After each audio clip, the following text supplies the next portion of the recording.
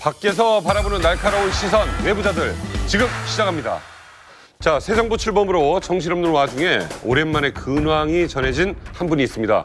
503번이라는 수임번호로 불리게 된 박근혜 전 대통령의 정식 재판이 시작이 됐죠. 예, 구속된 지 54일 만에 처음으로 이제 모습을 드러냈는데 우리가 알고 있는 그 모습 있죠.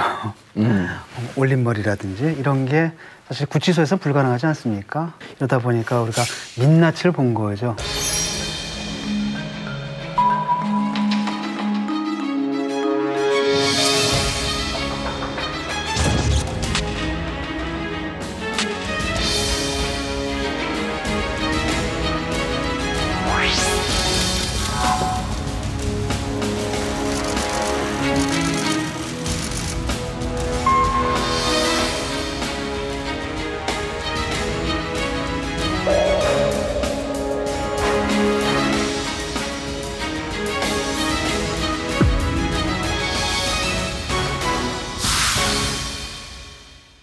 자, 청와대 거울방 미스터리와 수감생활 중 느닷없이 영어 공부에 매진하고 있다는 소식이 전해졌습니다. 영어 사전을 가지고 이 영어 공부를 한다는 것은 제가 보기에는 극도의 불안 상태인 것 같아요. 그렇기 때문에 뭔가 이 단순한 일에 집중하기 위해서 그러므로 해서 이제 안도감이라든가 좀 안정을 찾으려는 이 자기 방어다 저는 이렇게 보고요. 그것과 매우 비슷한 게 청와대에서의 그 거울방이 이제 우리가 알려져서 우리가 사실 으시시하게 느꼈잖아요. 거울이 그렇게 있으면 좀 무섭지 않나?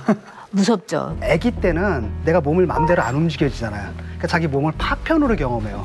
다 조각조각 난 것처럼. 근데 거울을 딱 보니까 온전한 저 자아가 있는 거예요. 그러니까 거기에 이제 빠져버리는 거죠. 빠져버리면서 일종의 나르시즘에 빠지는 겁니다. 근데 그게 이제 어른이 되면 좀 극복이 되는데 극복이 안 된 사람이 우리 중에도 있어요. 우리 중에도 있어요. 우리 중에도 있어요. 누구겠어요?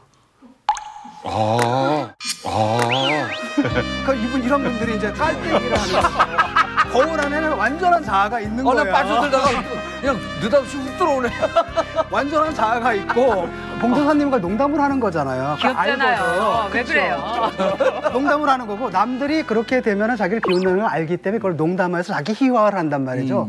근데 어떤 사람과 다 진지하게 하는 분이 이분이에요. 나 진지한데. 사실은. 그래가지고 이거를 오로지 조국밖에 모르는 어떤 정치인이 있고 그렇죠. 세상에서 가장 우아한 여인이 있는 거예요. 거기다가 이제 빠져버리는 거죠. 근데 그걸 갖다 누가 만들어줬느냐. 제가 볼 때는 물리적 거울이 아니라 그 거울을 만들어준 게 최태민, 최순실 일가예요. 그러니까 얘들이 거울을 당신은 뭐 아시아 최고의 지도자가 될 겁니다. 여아 최초의 여자 대통령에 이제 빠져버린 거죠. 안에서 고통스럽거든요. 그 시간 깰 수 있는데 감옥 안에서 베스트셀러 책들이 있어요. 제일 베스트셀러 책이 바이블입니다. 성경. 그 다음에 5편이에요. 5편? 네, 왜요? 사전. 왜? 한자는 어렸을 때 써볼 때 그 길을 쫓아고 쓰니까 단순한 거로 변화되면서 계속 쓰니까 시간이 빨리 가요. 그래서 교도소 문화활동 중에 영어 회화반은 없어요. 근데 북글씨반은 있습니다. 그런 반이 있어요? 특별활동이? 네, 저는 기타반을 했습니다. 기타도 쳐요? 그다음 이제 세 번째 베스트셀러가 무협지. 무협지도 시간이 많이 가요. 그래서 영어 공부를 하고 있다라고 할 때 제가 속으로 견디기가 힘든 나날을 보내고 있구나. 네. 자, 그런가 하면요. 박근혜 전 대통령과 40년 지기 최순실의 잘못된 만남은 결국 두 사람을 파국으로 몰아넣고 말았습니다. 자, 안 원장님, 앞으로 박 전 대통령의 재판 진행 상황 어떻게 전망하십니까? 구속 사안에 대해서 1심 재판이 10월 17일까지는 6개월, 구속된 지 6개월 만에 1심 재판이 나와야 됩니다. 1심 결과가. 그런데 지금 사안이 굉장히 많아요. 우리가 혐의가 18개나 되기 때문에 그래서 재판을 굉장히 신속하게 할 수밖에 없는 겁니다. 그래서 재판부에서는 일주일에 월, 화는 기본적으로 하고 추가로 한두 번 더 하겠다. 그러니까 최소한 3번 정도는 재판장에 나와야 되는, 그러니까 월, 화에다가 하루 쉰다도 목요일 정도 나와야 되는 그런 상황이 된 거죠. 그리고 이제 최순실 씨와 병합 심리를 할 것인가 말 것인가. 그래서 박근혜 전 대통령 변호인 측에서는 아니다, 따로 하게 해달라 이런 사안인데 현재 재판부는 아니다, 같이 하겠다. 네. 지금 이런 입장입니다. 왜 불리하다고 따로 해달라는 겁니까? 박근혜 대통령 같은 경우는 재판장에서 계속 부인하면 추궁하고 이런 게 무척 부담스럽습니다. 그런데 최순실 씨하고 같은 사건을 갖고 병합을 해버리면 박근혜 대통령이 있는 상태에서 최순실은 추궁할 수가 있죠. 그래서 재판하기가 상대적으로 편하고 그것을 언급해서 전체 재판의 무게감을 좀 낮추려고 그러는 거예요. 논리적으로도 좀 그렇잖아요. 사실은 최순실은 뭐 자기가 뭐 무죄를 주장한다 하더라도 누구나 다 유죄라는 걸 알고 재판부 입장에서는 뭡니까? 이게 같은 사건이다라고 보는 거잖아요. 근데 그 전 대통령은 뭐라고 생각하냐면 자기는 무죄라고 주장하고 있는 상태거든요. 그래서 이걸 병합을 하게 되면 이제 덤터기 쓰는 이런 이제 논리적으로도 그렇게 돼버리니까 그걸 이제 끝까지 거부하는 거죠. 그러네요. 그리고 아마도 한때 이제 시녀 같은 사람이다 이렇게 칭했던 최순실하고 같이 나란히 그렇죠. 재판을 받는 것 자체가 본인한테는 엄청난 치욕, 그렇죠. 모욕으로 느껴질 거예요. 네. 그런가 하면 최순실 씨는 뭐 나는 지금도 존경하고 있다. 이렇게 누를 끼치게 돼서 참 속상하다. 뭐 이런 이야기도 하고요. 정권이 바뀌니까 재판을 더 제대로 받았으면 좋겠다라는 아주 외계어까지도. 외계어죠. 아니, 최순실께 표변할 가능성도 있다고 그렇죠. 봐요. 이런 거죠. 얼마나 이런 둘이 재판을 받다가 최순실이 자기가 이게 중형으로 갈 위험성이 있다고 치면 모든 사안을 더 국가적 사회적으로 무게감이 있었던 박근혜 대통령한테 미룰 수가 있죠. 대통령의 말 한마디에 대한민국의 중대 변화가 예고되고 있습니다. 국민들께 보고드릴 중요한 내용은 대통령이 직접 그렇게 말씀드리도록.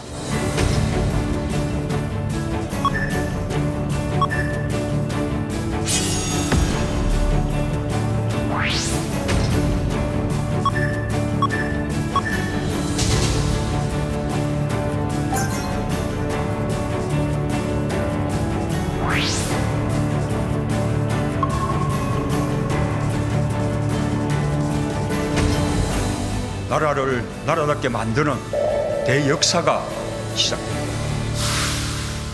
저는 제일 인상 깊었던 게 끝까지 세월호 아이들하고 함께 있었던 그 담임 선생님들, 그 김초원, 이지혜 선생님들이 기간제 교사였잖아요. 그래서 순직 처리도 안 되고 세상에 이렇게 정말 한심한 일이 어디 있어요. 왜 안 해주고 그러니까요. 그런데 이번에 두 선생님에 대해서 정말 그 예의를 갖추겠다는 문재인 대통령 말씀이 전 참 감동이었어요. 요번에 그 이분이 이제 대통령이 되셔서 제일 먼저 간 데가 공항공사, 인천공항공사 가가지고 그러게. 한 말 한마디였잖아요. 쫙 하니까 그 사장님이 나와가지고 정기적으로 전환시켜주겠다고 또 얘기하잖아요. 그래서 하나의 이제 모범을 보인 거고 일단 공공 부분에서부터 이제 비정규직을 없애나가고 이게 이제 모범을 보이면 이제 민간으로까지 확대를 해야 되는데 사실 비정규직도 있어야 돼요. 예. 필요한 겁니다. 근데 문제는 뭐냐면은 우리나라에서는 비정규직을 어떻게 쓰냐면은 정말로 정규직이 할 일을 시키면서 똑같이 하죠. 예. 공급만 많을 거 아니까 사실 착취를 위해서 쓰고 있다라는 겁니다. 그러니까 외국처럼 만약에 비정규직 썼다? 3개월밖에 고용 안 한다? 대신에 3개월 동안 일할 때는 더 많이 줘요, 임금을. 네. 그러니까 일종의 프리랜서 개념이 된다는 거죠. 그런 식으로 한다라고 하면 사실 우리가 뭐 정규직, 비정규직 누가 따지겠어요. 사실상 그게 아니니까 지금 비정규직을 없애자는 말이 나오는 건 바로 그것 때문입니다. 일반 기업체에서 당신들 왜 비정규직을 쓰느냐라고 한다면 다 기업체는 할 말이 있습니다. 네. 다 이유가 있거든요. 그래서 그 문제는 총체적 접근이 필요합니다. 자, 그런가 하면 5.18 이야기를 안 할 수가 없네요. 일단 처음에 의미 있는 거는 그 지난 9년 동안 재창을 안 했죠. 임을 위한 행진곡. 님을 위한 행진곡 이제 9년인데 그 님을 위한 행진곡이 78년도에 이제 야하다가 연탄가스 맞고 돌아가신 그 여자분.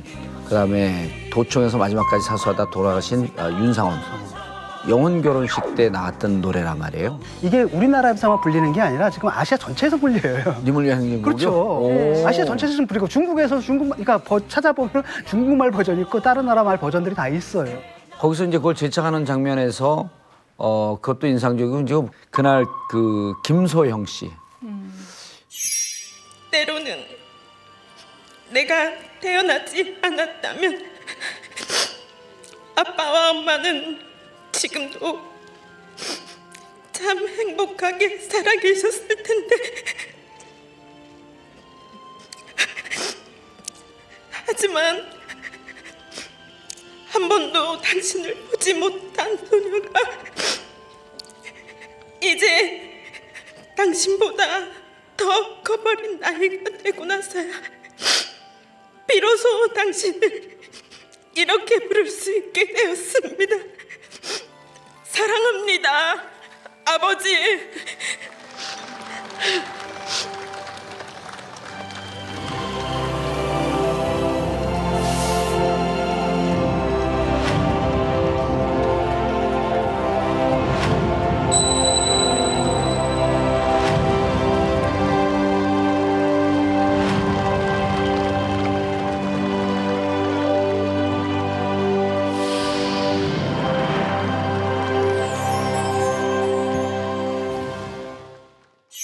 생일에 왔을 때 어떤 심정이었을까?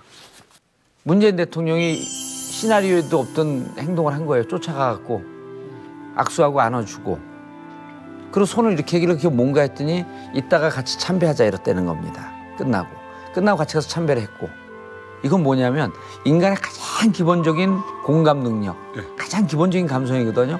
그것을 우리가 믿고 뽑아줬던 혹은 믿지 않았던 우리 국가 지도자가 정상적인 모습으로 가서 정상적인 나라로 가고 있다라고 하는 걸 보고 그 전에 대통령도 좀 그랬었으면.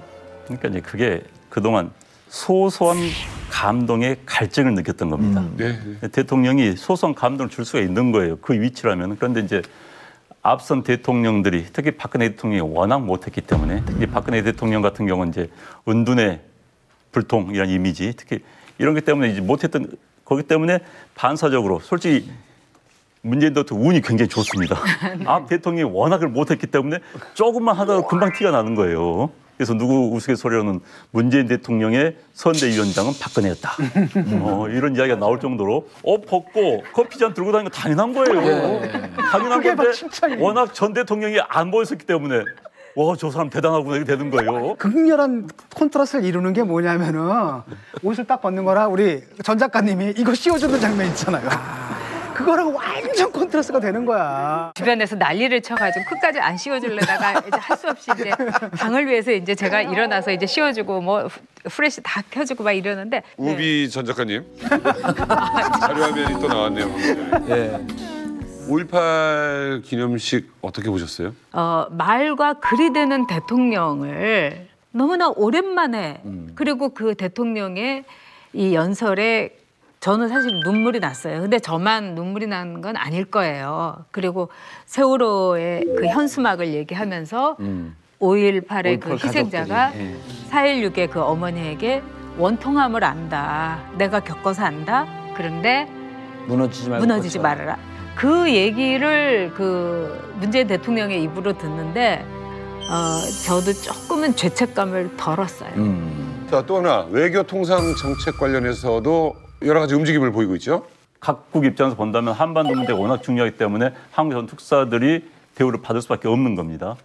특히 이제 트럼프 대통령 같은 경우는 북한 문제를 해결함으로써 본인의 업적을 삼으려고 하기 때문에 여기 지금 굉장히 역점을 두고 있습니다. 그래서 정상회담이 생각보다 빨리 열리게 됐어요. 보통 이제 통상적으로 우리나라 대통령들 취임하면은 이명박 대통령 같은 경우는 한 2달 후에, 노무현 대통령 3달 후에, 박근혜 대통령도 한 3달 후에 정상회담 열었는데 이번에 한 달 반에 양국의 이해관계 일치한 거죠, 서로가.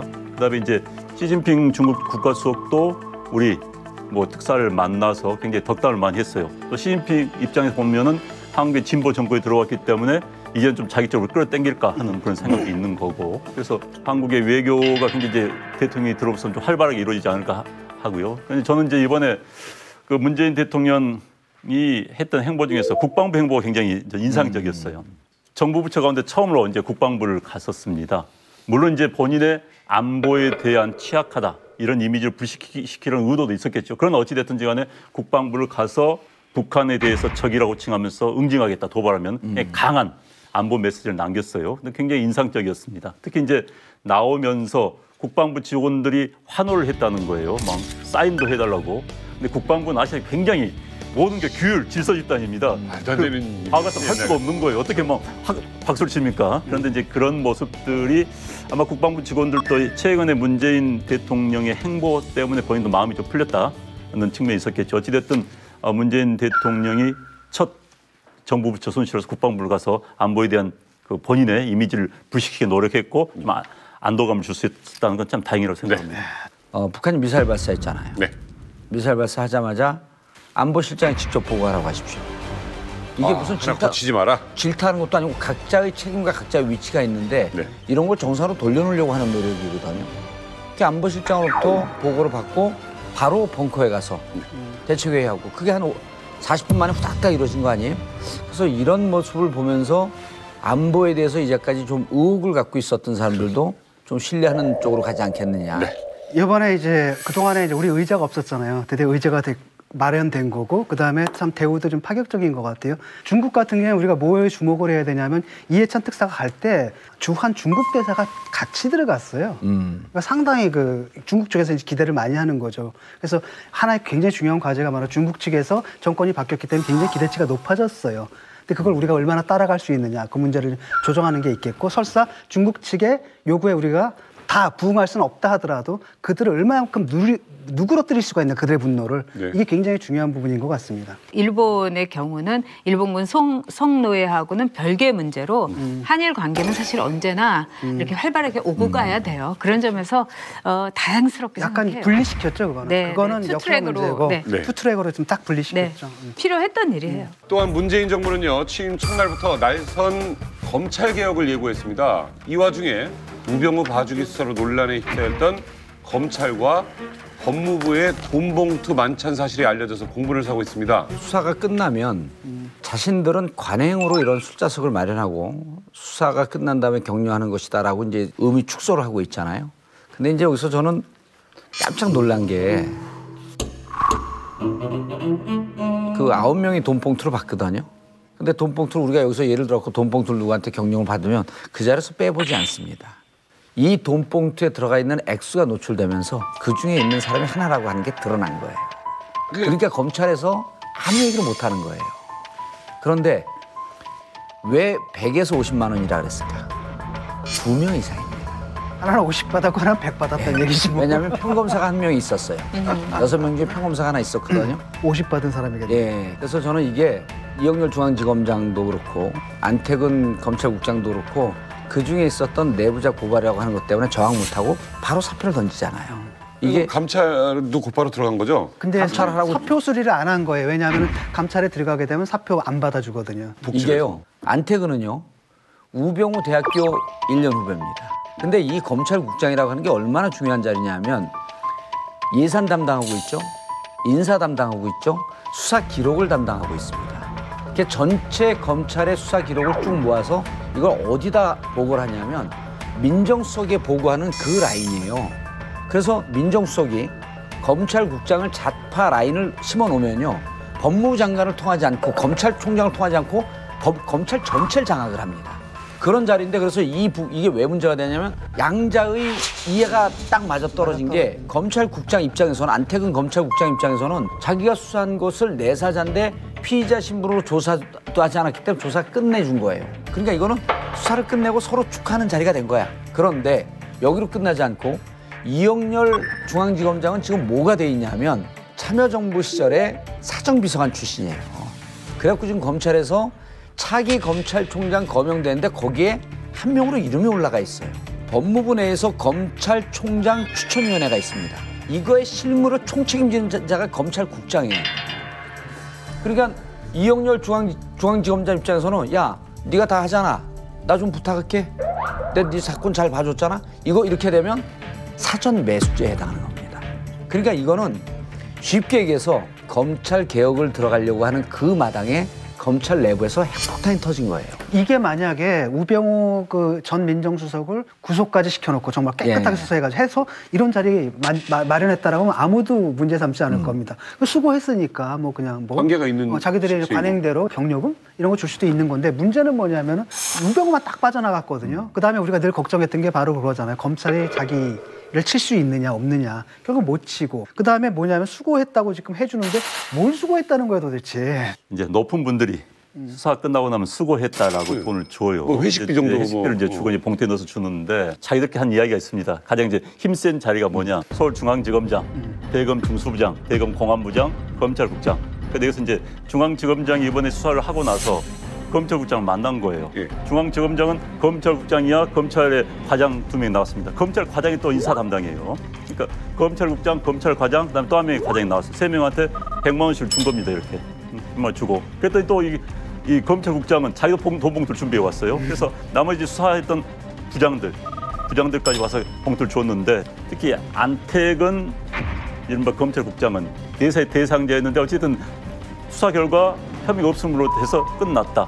그렇기 때문에 이제 아무 문제가 없다라고 하지만은 이건 일부 법조인들은 혹시 그래서 끝나서 돈을 줬다면 이건 사후 뇌물죄가 아닌가 이렇게 지적을 한 경우도 있어요. 그런데 이제 검찰에서는 지금 이 돈은 특수활동비였다. 특수활동비를 줬다는데 이제 특수활동비라는 것은 이렇게 줄 수는 없죠. 그렇죠. 기밀이 요구되는 정보나 수사활동을 할 때 연수증 없이 현금을 쓰는 거예요. 그러면 지금 상대방 예를 들어서 내가 이제 서울중앙지검장이고 검찰국장이다. 저 사람이 기밀과 정보 수입 필요한 대상이 아닌 거예요. 그냥 아니 검찰국이 무슨 기밀을 유지된 상대 아니죠. 그러니까 특수활동비를 쓸 수 있는 대상이 아닌 겁니다. 그러면 어떻게 되느냐? 만약에 이 돈을 이영렬 검사장이 임의로 썼다면 횡령이 되는 거예요. 그러면 이영렬 검사장이 아니다. 그 내 돈으로 줬다라고 하면 뭐가 되느냐? 김영란법에 저촉되는 거예요. 왜? 여기 검찰국장이 이 사람들은 검찰 인사를 담당하는 사람들이야. 그렇다면 나를 위해서 그러네. 인사를 받아라는 시간 김영란법 저촉이 되는 거예요. 밥값도 문제가 되겠네요. 그렇죠. 그래서 이제 이 문제가 여러 가지 얽힌 문제가 돼버린 겁니다. 형사법적으로. 아니, 그러니까 생각해봐야지. 그럼 스승의 날에 카네이션도 못 달고요. 지금 제가 이제 교수잖아요. 이제 캔커피도 애들이 안 주거든요. 옛날엔 가끔가다 이제 되게 서운해하시는 거 같아요. 아니 500원짜리 캔커피. 뭐 그 대단한 것도 아니잖아요. 근데 그것도 문제 안 삼을 됩니다, 정도로 사회가 깨끗해졌는데 네. 50만 원, 100만 원 이게 적은 돈이 아니라는 거죠. 근데 정말 저는 검사들의 그 관행이라는 것이 기가 막혔던 게 재선됐을 때 초선 의원들이 들어왔는데 이제 검찰 출신들이 있었어요. 근데 이제 당에 조금 이렇게 5 의원이 술을 내셨어요. 술자리를. 그리고 술 잘 마시고 이제 가는데 검찰 출신 의원이 저보고 이러는 거예요. 그냥 가요? 이러는 거예요. 그래서 그럼요? 이랬더니 아니 봉투도 안 주고 사람 불러놓고 그러니까 늘 받았던 거예요. 그런 자리에서 웃사람이 부르면은 저는 하도 기가 막혀서 정치권보다도 더 부패한 집단이 이게 검찰 집단이구나. 제가 그렇게 느꼈고 상명하복에 그 문화는 사실은 빨리 사라져야 되고 있을 수 없는 문화예요. 자, 앞서 김수남 총장은 새 정부 출범 5일차에 짐을 쌌습니다. 인상적인 퇴임사도 남겼죠. 수사에 있어서 소신은 존중되어야 하지만 나만이 정의롭다는 생각은 경계되어야 합니다. 아름답죠. 뭐 구구절절 옳은 말이고. 그런데 저거를 뒤집은 게 바로 검찰 자신이에요. 그렇죠. 절제하지 않았고 국민들이 납득하지 않는 수사로 몰아치기 수사했고 제가 저 말을 할 필요가 있었을까요 과연? 절제란 말을 어떻게 이해를 했냐면은 정윤회 문건 사건 안 건드렸잖아요. 그래서 그럼 절제를 했느냐? 안 했거든요. 왜냐하면 자기 수사하는 가운데서 최경락 경위가 자살을 했단 말이죠. 예. 얼마나 몰아쳤으면 절제해서 수사했으면 이런 일이 벌어졌겠냐는 말이에요. 또 하나는 뭐냐면은 문건 유출자 처벌했잖아요. 결국은. 근데 그러니까 이제 저는 이게 자기 변명이죠. 이게 이제 공식이에요. 검찰 개혁에 칼을 들이댈 때 검찰 수장이 저항을 해줍니다. 정권 차원의 입장에서는 검찰총장이 임기를 채우지 못한다라고 하는 것은 자칫 잘못하게 되면 검찰을 탄압해서 그리고 검찰을 내 정권의 입맛에 맞게 길들인다라고 하는 오해를 받아요. 조국 교수가 민정수석으로 임명된 지 4시간 만에 사의를 표명하죠. 그리고 그 다음날 이임사를 하는데 이임사는 저항입니다. 정의로움이 지나치면 당신들만 정의롭다고 생각하지 마라. 검찰 그렇게 녹록하게 볼 상대 아니다. 근데 문제는 시의적절하지 않았어요. 왜냐하면 돈봉투 사건이 안 났으면 검찰의 내부에서 칼을 갈고 있는 사람들이 있습니다. 그런데 2, 3일 있다가 뻥 터졌네. 그러니까 지금 김수남 총장 입장에서는 내가 저항의 뜻을 핀 게 결국 저항을 못하게 됐네.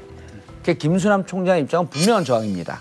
그리고 자신도 있었겠죠. 왜냐하면 옛날에 국민의 정부 때도 한 번 했는데 예. 안 됐죠. 참여정부 때도 한 번 했는데 또 안 됐죠. 요번이라고 니들 다를 것 같냐? 이런 자신감도 있었을 겁니다. 근데 이제 이 이번에는 말은 나는 그렇게 생각해요. 앞에는 원칙론적 이야기입니다. 그렇죠. 검찰 구성원들 가운데서 좀 철없는 검사들이 과도한 정의감에 사로잡히는 경우가 많습니다.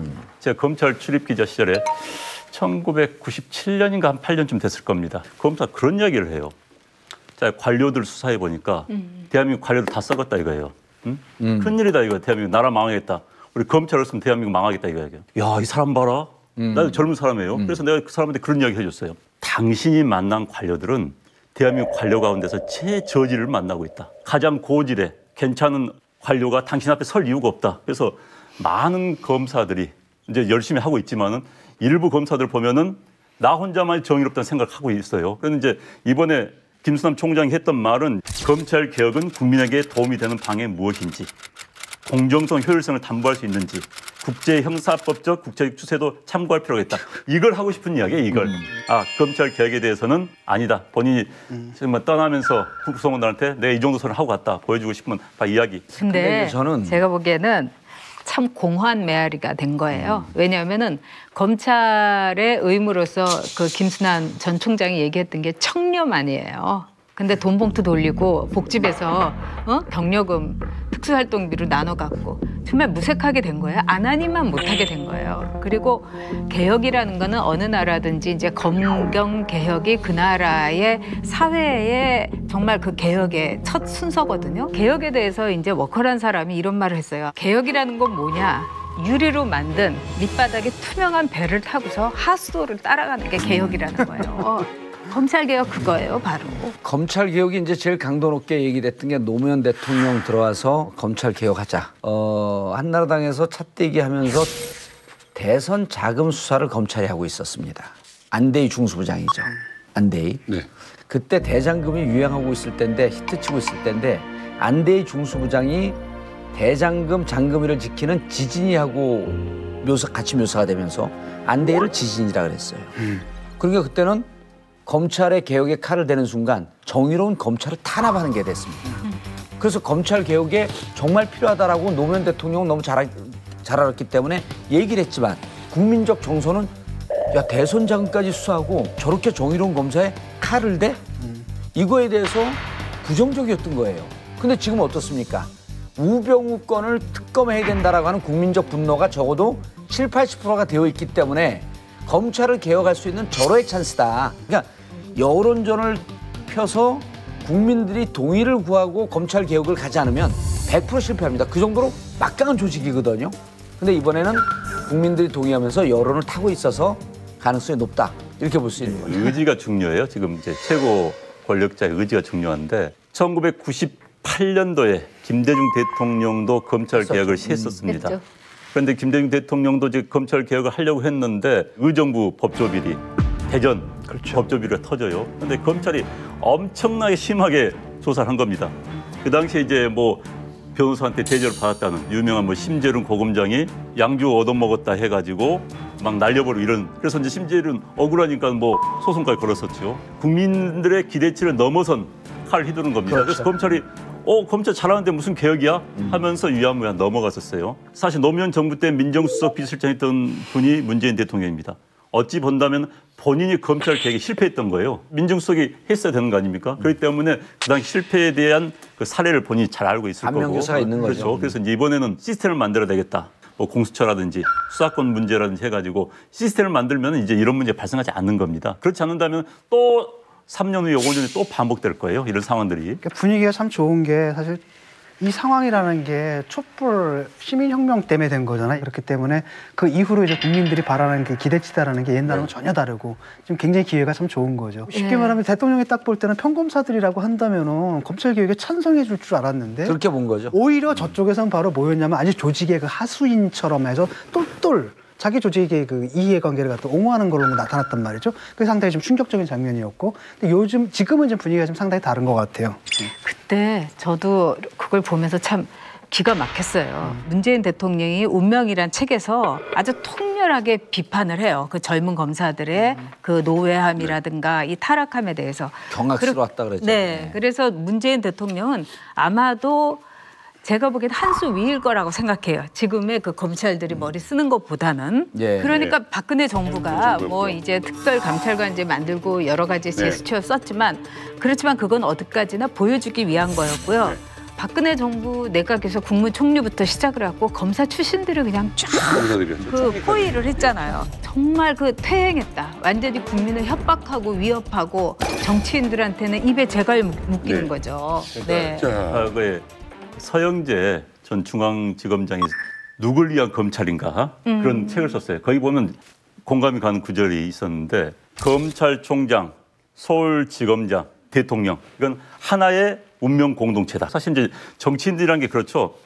어느 정권이라서 여기서 자유로울 수는 없어요. 초기에 검찰 인사권을 행사함으로써 힘을 발휘하면서 본인이 그걸 자기는 보호를 받는 겁니다. 또 검찰은 정치인들, 권력의 치부를 가지고 있으면서 은근히 협박하면서 하는 거죠. 그러면서 뒷거래가 이루어진 가운데서 공세를 하는 거예요. 자, 정부와 검찰 간의 치열한 줄다리기가 있지 않겠습니까? 검찰 개혁 과제를 완수하기 위해서 문재인 정부의 최우선 과제 뭐라고 생각하십니까? 일단 이제 공약을 먼저 보게 되면 공수처 설치하겠다. 수사권, 기소권 분리하겠다. 법무부 비검찰화, 파견 검사 좀 줄이겠다. 이제 뭐 요 정도가 이제 주요 축인데 근데 공수처하고 수사청, 기소청 분리는 법 개정사항이에요. 그러니까 이거는 접근하기가 좀 쉽지가 않습니다. 법 개정 안 하고 몇 가지 틀만 좀 바꿔서 하겠다는 얘기 아니 일단 그렇게 하게 되면 법적 측면에서 계속 저항에 부딪혀요. 그렇죠. 이거는 국민들의 공감과 동의를 더 많이 구해야 되는데 법무부는 검찰 출신들이 다 이 직제를 장악하고 있습니다. 실국이 8개인가 9개인가 하는데 하나 빼놓고는 다 검사예요. 제일 중요한 게 뭐냐면 감찰반이 있습니다. 감찰반이 검사예요. 그래서 이 감찰반이 결국은 검찰을 개혁하거나 검찰을 감사해야지만 검찰이 부패, 정치 권력화하는 것을 막는데 대표적인 예가 진경준 검사장이 느닷없이 재산이 120억이 되면서 공직자 재산에서 2위가 돼요. 법무부 감찰에서 감사를 해야 되거든요. 도대체 무슨 일이 있었냐? 너 뒷돈 받았어? 무슨 그 주식 받았어? 이렇게 감찰을 해야 되는데 이게 한 식구니까 몇 번 기자들이 이 감찰반에 가서 물어봐도 별일 없다는 거예요. 이렇게 감찰반하고 대상이 되는 검찰과 한통속인 거예요. 그래서 일단 문재인 대통령이 할 수 있는 것은 검찰 조직화되어 있는 법무부에 파견되어 있는 나와 있는 검사들 그거 다시 원대 복귀시키고 법무부를 문민화해야 됩니다. 또 하나는 검찰이 청와대에 와서 근무합니다. 주로 청와대 파견 근무인데 그러게요. 노무현 대통령 시절 5년 동안에 9명을 파견을 했어요. 그것도 잘못된 거죠. 그런데 박근혜 대통령 4년 동안 18명을 파견합니다. 이분들이 파견 오면서 사표를 내요. 청와대에서 1, 2년 근무하다가 원대 복귀하는데 바로 복직시켜주면서 1계급 승진을 시켜줍니다. 그러니까 어떻게 되냐면 청와대하고 검찰은 공생 조직이 되는 거예요. 청와대 하부 조직이 되는 거예요. 그러니까 청와대 권력의 입맛에 맞는 정치 조직화되는 건데 그래서 청와대 파견 나오는 거를 2016년에 국회에서 이거 이렇게 봐서는 안 되겠다면서 법을 개정을 합니다. 검찰에서 그만둬도 1년 있다가 청와대 파견할 수 있고 청와대 파견 있다가 그만두면 다시 검찰로 돌아가는데 2년이 지난 다음에 돌아가야 되니까 이렇게 따져보면 5년이 다 지나고 한 정권이 지나가는 거예요. 그래서 법을 개정하는데 2016년 1월인가 이게 발효가 되는데 그 전에 파견 나왔던 검사들을 다 돌려보내. 그러면서 다 승진을 시켜. 그리고 빈자리가 있으니까 또 다 파견을 해. 이럴 정도로 권력의 입장에서 검찰을 내 휘하와 수적으로 쓰려고 하는 이런 노력이 있었는데 이것도 파견 안 받으면 됩니다.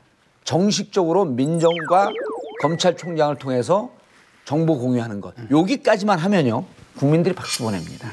근데 제일 중요한 거는 검찰의 엄청난 권력을 덜어줘야 돼요. 그렇죠. 지나친 권력 때문에 검찰이 부패한 거예요. 그래서 검경 수사권, 기소권, 공소유지 이거를 분리를 시켜줘야 되는 거죠. 이 법 체계가요.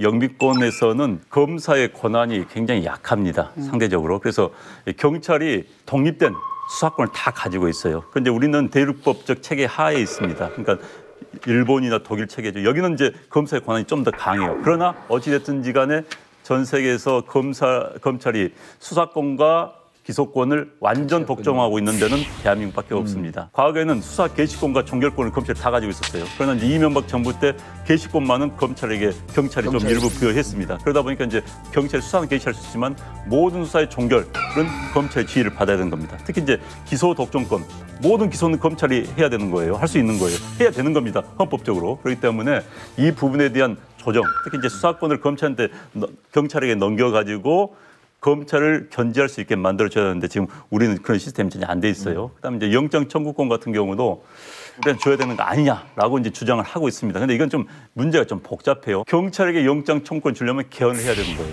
그래서 이제 이건 경찰이 지금 단계에서는 바라지만 할 수가 없는 거고. 그러나 이제 기소권과 수사권 부분은 아마 조정이 필요할 겁니다. 이 부분에서는 이번에 대선 후보 나온 어느 후보도 다 찬성을 했죠. 찬성을 했었기 때문에 이 부분 조정할 수밖에 없을 것이다. 법무부 차관하고 대검 차장 그 승진 자리가 나오면 검사들은 대검 차장으로 갑니다. 같은 차관급인데 대검 차장은요 수사권을 갖고 있습니다. 기소권을 갖고 있어요. 그 현장의 권한을 갖고 있는 거예요. 법무부 차관은 사실은 행정조직이에요. 그러니까 이제 여기서 뭘 할 수 있냐면 기소권보다도 검찰은 더 선호하는 게 수사권이에요. 그럼요. 네. 수사권이 힘이 있는 거거든요. 그래서 수사권, 기소권 분리를 우리 시청자분들이나 국민들이 좀 복잡하게 생각하는데 경찰에서 아무리 수사를 해도 올려도 검찰이 다시 수사를 합니다. 경찰이 수사하는 것은 초동 수사이냐 형식적인 수사고 진짜 수사권이 독점이 되면 어떻게 되냐면 봐줄 사람은 아예 수사도 안 합니다. 근데 진짜 그랬죠. 남희석 딱 봤는데 누가 고소를 했는데 아우 기분 나빠. 이렇게 눈을 쳐다봐? 악착같이 수사합니다. 잡아 쳐놓을 때까지. 이게 수사권이에요. 왜냐하면 이 수사권이라고 하는 게 견제를 받지 않기 때문에 자기 마음대로 할 수 있는 거죠. 그래서 수사권과 기소권이 분리가 되면 난 수사검사를 하겠다. 난 기소검사를 하겠다. 기소와 공소유지. 그게 한 번 정해지면 왔다 갔다 못합니다. 그리고 수사검사 쪽에는 수사경찰도 있습니다. 또 수사하는 공수처도 있습니다. 이렇게 수사청이 하나가 생기는 거예요. 그래서 수사를 해서 기소청으로 넘깁니다. 그럼 기소청에서 쭉 봐갖고 야 이건 좀 보완할 것 같은데 이럴 때 보완 수사만 조금 하는 거예요. 수사청에서 넘긴 걸 갖고 기소 여부를 결정하는 겁니다. 그러면 안용환 의원이 이렇게 잘생긴 의원이 아 이게 뭐 근데 나보다 잘생겼어 기분 나빠. 잡아놓. 잡아놓으려고 수사를 해갖고 넘겼는데 기소청에서 보니까 이렇게 왜 어거지로 조사를 했어. 기소를 안 해버려요. 결국은 국민들의 인권이 법을 위반한 사람은 처벌을 받을 것이고 위반하지 않은 사람은 처벌받지 않는 인권이 제대로 서는 사회가 되는 거예요. 그러니까 근데 사실은 유럽에서도 이런 게 있어요. 영국에서 1977년도에 경찰이 살인 피의자인 꼬마애를 데려다가 거짓 자백을 받아냈어요. 그러니까 이걸 기소하여 넣은 겁니다. 이게 나중에 이제 들통이 났어요. 그래서 그 전까지만 해도 경찰이 수사권과 기소권을 같이 가져오는데 안 되겠다. 기소권은 뺏어야겠다 해서 경찰에게 수사권만 주고 기소권을 뺏었습니다. 사실 수사권과 기소권을 동시에 가지고 있다는 게 굉장히 위험한 거예요. 네. 특히 이제 일부 검사들이 이런 사람도 있어요. 수사가 들어갔어요. 수사를 해요. 거의 혐의가 안 나와. 혐의가 안 나오는데 혐의가 안 나왔다고 자기가 무혐의로 처리하면은 상관 욕을 먹어요. 무능한 검사. 너 무능하고 말이야 왜 그걸 못 밝혀내? 또는 그 많은 인력, 시간, 돈 써가면서 너 이것도 못 밝혀내? 이러니까 뭐냐? 아유 나 기소해버려. 그냥 기소해버린 거예요. 그러니까 법원이 알아서 하겠지. 다 이럴 때 그 피의자 만약에 그 사람 무죄로 나온다면 얼마나 억울합니까? 이게 이제 이 기소 편의주의 문제가 있는 거예요. 저는 이 검찰 개혁이라는 거는 모든 개혁의 정치권의 개혁도 마찬가지지만은 인적 청산이 저는 제일 중요하다고 생각해요. 그렇기 때문에 이번에 그 우병우 그 라인의 척결 같은 거는 반드시 필요한 거고요. 우리나라에서 1년에 이제 그 강압 수사로 자살을 하거나 또는 문제를 일으키는 사람이 한 20여 명을 오르락 내리락 한다는 거예요. 이게 얼마나 기가 막힌 일이에요. 그래서 요즘은 연예계나 영화 쪽에서도 검사들의 전횡에 대한 수많은 영화가 있었어요. 그래서 내부자들 네. 뭐. 우리나라 이 베테랑 국민들도 어제의 국민들이 아니에요. 그래서 저는 앞으로 미국의 이 주나 이 카운티에서 하는 식으로 검사장이라든가 이런 사람들을 주민투표로 뽑는 것도 우리가 이제 검토해 볼 때가 됐다 이렇게 생각해요. 또 시민단체들뿐만 아니라 이제는 모든 정보가 그냥 그대로 발가벗겨지기 때문에 저는 한번 이걸 우리가 진지하게 고민해 볼 때가 됐다 이렇게 생각해요. 정치 철학적으로 폭력을 독점할 수 있는 것은 국가기관뿐입니다. 선출된 사람이 아니고서는 누가 권한이 임합니까? 무슨 권한으로? 무슨 권리로? 그래서 선출된 권력만이 권력을 행사할 수 있는 겁니다. 그럼 이제 검사는 엄청난 인신 구속을 시킬 수 있는 그런 권한이에요. 선출되지 않은 자가 무슨 힘으로? 그런데 이제 선출된다면 한 집단 공동체에서 자 당신은 우리를 모두를 대신해서 범죄자를 처벌할 권한을 주겠다라고 할 때 철학적인 권리가 생기는 겁니다. 제가 수사청, 기소청 분리가 이게 얼마나 우리 인권의 수준을 향상시키냐면 수사를 하면서 기소가 안 될 것 같으면은 수사를 함부로 할 수 없기 때문에 FM대로 수사를 합니다. 근데 기소하는 사람도 정말 수사가 제대로 안 되면 기소를 함부로 할 수 없으니까 계속 서로 견제를 하는 거예요. 수사 좀 제대로 해와라. 그럼 나머지 사람들이 범죄를 짓지 않는 사람들이 행복한 사회가 되는 거예요. 제가 이름만 대면 알 수 있는 이 검사가 어떤 스타일로 조사를 하냐면 내가 기소를 했잖아요. 근데 변호사가 아주 유능한 변호사가 아이디어가 좋아서 잘 찾아냅니다. 그래갖고 무죄를 잡아내요. 무죄를 만들어내면 2, 3일 있다가 그 변호사 사무실 압수수색합니다. 뭔 줄 아세요? 피의자 증거 인멸 혐의예요. 압수수색한다는 게 수사거든요. 지금 마음대로 수사를 해버리는 거야. 그럼 변호사들이 그 검사장이 딱 기소를 했다, 그 검사가 기소했다 그러면 변호사들이 안 붙어요. 왜냐면 저거 들어가면 잘못했다 내가 털리니까. 그래서 이런 것이 우리 사회를 완전히 비틀어 놓는 거기 때문에 수사청, 기소청의 분리라고 하는 것은 검찰과 경찰의 이권 싸움이 아니고 국민의 권익 보호과 우리 인권 향상이라고 하는 측면에서 반드시 돼야 되는 거죠. 이쯤에서 검경 수사권 분리에 대해서 경찰 쪽 내부자의 목소리가 궁금해집니다. 봉두사님, 예. 능력을 보여주세요. 표창을 원점에 던져 드릴까요?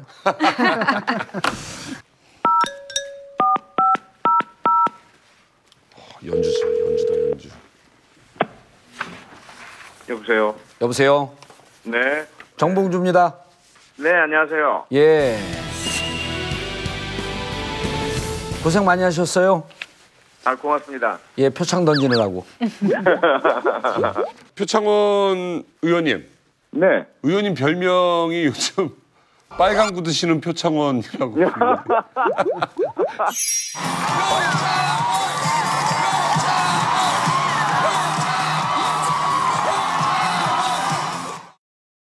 대선 끝나고 좀 아쉬우시겠어요. 이제 뭐 유세 때 춤도 그렇게 열심히 추시고 아니 그런 실력이 있으신지 몰랐네요. 아, 예, 좀 부끄럽습니다. 네. 예.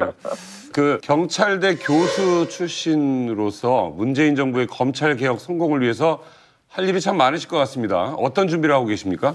검찰 개혁의 가장 큰 줄기가 현재 두 가지잖아요. 하나는 고위공직자 비리수사처 신설이고요. 네. 다른 하나는 경찰과의 수사권 분점이죠. 네. 그래서 이런 제도 개선을 위한 노력들을 계속하고 있습니다. 네. 이번에 그 검경 분리 관련 법안도 발의하신 걸로 알고 있는데 네. 사실 이제 검찰 쪽에 반발도 굉장히 심할 것 같아요. 네. 법안에서는 어떻게 보완을 했는지요? 네, 아주 좋은 지적이시고요. 일단 제가 낸 법안은 형사소송법 개정안으로 검사가 경찰 수사에 개입하지 못하도록 하는, 그리고 만약에 검사가 부당하게 영장 청구를 회피할 경우에 네. 법원에 이에 대한 이의 신청을 할 수 있는 그런 내용들 등이 담겨 있습니다. 아, 그렇군요. 경찰 일각에서 영장 청구권도 원법 개정하지 않고 가능한 방법이 있다라고 주장하는 분들이 계신데 네네. 그런 경우는 좀 검찰 개혁을 좀 역행할 수 있는 위험성이 있으니 좀 그런 부분은 좀 일단 좀 빼는 게 좋지 않겠냐는 생각이거든요. 네네. 예, 그리고 이제 두 번째가 검사 출신 의원들이 많아서 벽에 부딪힐 텐데 어떻게 넘어갈지. 경찰 내부에 기소권을 가진 변호사를 지정해서 검사 역할을 하게 하자라든지, 또는 형사법 개정을 통해서 검찰은 그냥 통과만 하는, 그래서 실질적으로 경찰이 영장 청구권을 행사할 수 있도록 하자라든지, 이런 부분들은 저도 사실 봉도사님 의견에 동의합니다. 지금 섣불리 그런 부분을 내세워서 검찰 반발에 빌미를 주고 개혁을 늦추는 것은 좀 바람직하지 않다고 생각을 하고요. 그다음에 이제 국회 내에 여전히 검찰 출신 국회의원들이 많이 계시죠. 네, 많죠. 저는 각 당의 지난 대선 때 내세웠던 공약을 준수하는 그러한 그 당론 차원에서 좀 해결해 주십사라고 아마 당 지도부 차원에서 해결하고 풀어야 될 문제 같고요. 네. 그리고 개별 의원분들께는 지속적으로 협의 논의를 드려서 좀 동의 협조를 해주시도록 노력을 해야 되겠죠. 뭐 절차가 어떻게 되는 겁니까? 이게 정부 입법입니까? 아니면 나중에 의원들이 이제 힘을 모아가지고 초당적으로 이렇게 법안을 또 마련하는 겁니까? 둘 다가 가능한데 가능성이 조금 더 높은 것은 아무래도 후자고요. 네. 그래서 초당적인 협력을 통해서 의원 입법 형태로 그런 부분들이 훨씬 수용 가능성이 높다고 생각되고요. 네. 정부안이 마련돼서 국회에 던져지는 형태일 경우에는 야당에서 이런저런 불만을 표시할 가능성들이 있어 보입니다. 네. 이번에 검찰개혁 관련한 법안 발의하신 거 통과될 거라고 보십니까? 좀 어렵다고 생각을 하고 있습니다. 예. 네, 어떤 부분에서요? 초선 의원이 낸 그런 혁신적인 제도 변화의 네. 법안을 야당 의원들께서 다 이렇게 동의하고 통과시켜 주리라고 기대는 하지 않고 있고요. 네. 그러한 그 안이 가지고 있는 의미는 아무래도 촉발을 시켜서 각 그 여야 정당 그리고 원내 지도부 간의 협의를 거쳐서 네. 수정안이 나올 것으로 기대하면서 사실은 냈거든요. 아, 그러세요? 네네. 혹시 통과되시면 대국민 공약 하나 딱 하시죠. 통과된다면야 제가 뭐 뭐든지 못하겠습니까? 빨간 구두 신고 춤추기 또? 그래. 청와대 앞에서 대국민 댄스 한번 해주세요. 빨간 구두. 예, 하겠습니다. 아, 좋습니다. 자, 그리고 우리 외부자들도 한번 좀 나와주세요. 예, 불러주셔야 나가죠. 안 어머. 대한민국 초선 의원 중에 가장 많이 뉴스에 나오시는 표창원 의원님과 연결해봤습니다. 오늘 고맙습니다. 생각해보니까. 고맙습니다. 감사합니다. You light the skies up above me. A star so bright. 문제는 없는 노무현은 있을 수 있어도 노무현 없는 문제는 있을 수가 없는 거죠. 비가 오나 눈이 오나 곁을 지켜주었던 그 친구의 관계는 정치권에서는 사실 보기 어려운 참 아름다운 관계거든요.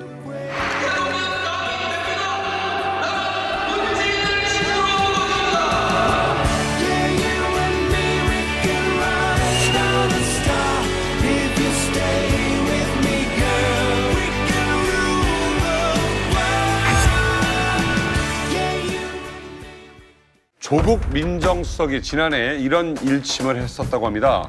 검찰의 기본 속성은 죽은 권력과는 싸우고 산 권력에는 복종하는 하이에나다.